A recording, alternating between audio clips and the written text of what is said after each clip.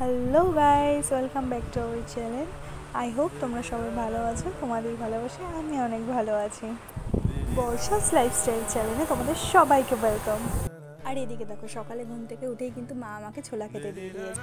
আর এদিকে দেখো, মা দুপুরে রান্নার জন্য কিন্তু প্রস্তুতি নিয়ে নিয়েছে। ঠিক পরেই মা বললো ছাদ থেকে জামা কাপড় তুলে আন, আকাশ পুরো কালো হয়ে গেছে। তারপরে ছাদ থেকে জামা কাপড় তুলে এনে নিচে এসেই কিন্তু আমি স্নান করে পুজো করতে বসে গেছি। আর এটা দেখো আমাদের ঠাকুর ঘর, এখানে আমার গোপুসোনাও আছে আর আমার সব।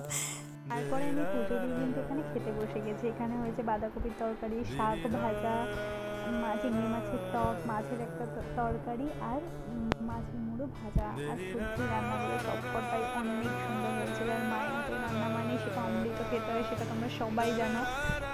বেলা কিন্তু আমি রেডি হয়ে একটু মার্কেটে বেরিয়ে গেছি। এখানে দেখছো চারিদিকে কত লাইট, কত সুন্দর লাগছে। সত্যি পুজো এলে মনে হয় মনের ভেতরে একটা আলাদা ইমোশন জাগে, তাই না?